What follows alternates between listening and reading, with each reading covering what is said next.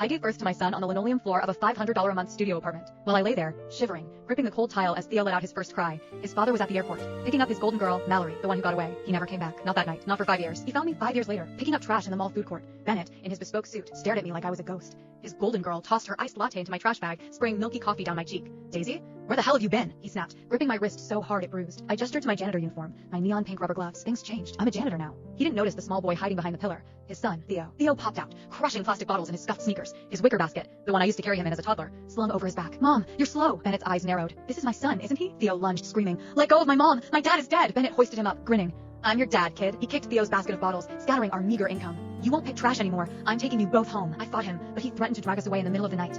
I remembered college, how he saved me from my foster father, how he bought me dinners where napkins cost more than my shoes, how he called me a cheap imitation of Mallory. He left me the day she came back, and I was too scared to tell him I was pregnant. I survived on dishwashing gigs, missed graduation, gave birth alone. Now, he wanted to fix things, out of guilt, not love. We moved into his penthouse. Theo cried for our old apartment, the one with the hissing radiator and peeling wallpaper. I snapped at him. This is better. You have a future here. But he saw through me. I know you hate it here. I know you hate him. My heart shattered. Bennett enrolled him in a private academy, gave me a credit card with a limit I'd never dreamed of. He acted like he was doing us a favor, like he hadn't left me to bleed out on that linoleum floor. He asked me to make his favorite pork chops, to go back to the way it was in college. I obliged, for Theo. I let him think I was still that desperate, lovesick girl. But I wasn't. I was teaching myself online, working toward a teaching certification. He offered to pull strings for me, but I refused. I didn't want his handouts, not anymore. Then, Theo came home with a split lip, silent, refusing to talk.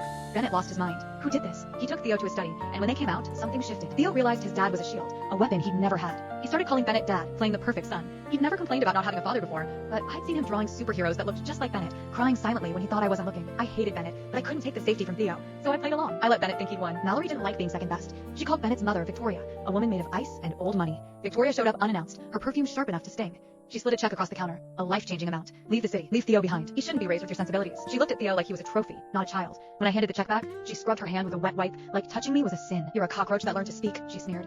Bennett's legacy isn't for someone like you. I smiled, calm, the way I practiced when I was scrubbing floors and swallowing pride. I'm not leaving Theo. Not now, not ever. She laughed. You think you have a choice? I'll ruin you. I'll tell everyone you tricked Bennett into fatherhood. I'll take the boy myself. She left, slamming the door so hard the chandelier shook. I stood there, my hands shaking, not with fear, but with rage. Bennett came home later, drunk, complaining about Mallory's tantrums. He didn't notice the fire in my eyes. He pulled me close, whispering, I'm sorry about my mom. I'll handle her. Just stay. For me, for Theo. I leaned into his chest, smiling. I'll stay. But I wasn't staying for him. I was staying to take everything he owed me. That night, I found Bennett safe. The code was Mallory's birthday. Predictable. Inside, I found more than just money. I found letters. Letters from Mallory, laughing about how she'd used him, how she'd never loved him. Letters from Bennett's father, warning him to stay away from the likes of Daisy. And then, something that made my blood run cold. A medical bill, dated the night I gave birth. Bennett had known. He'd known I was in the hospital. He'd known I was dying. And he'd chosen to pick up Mallory instead. Or is there something worse? Something I've been hiding about Theo's birth? The full story, the secret I've kept for 5 years, is on my homepage. Click my profile now. You'll never guess how I'm going to make this man pay for leaving me to die.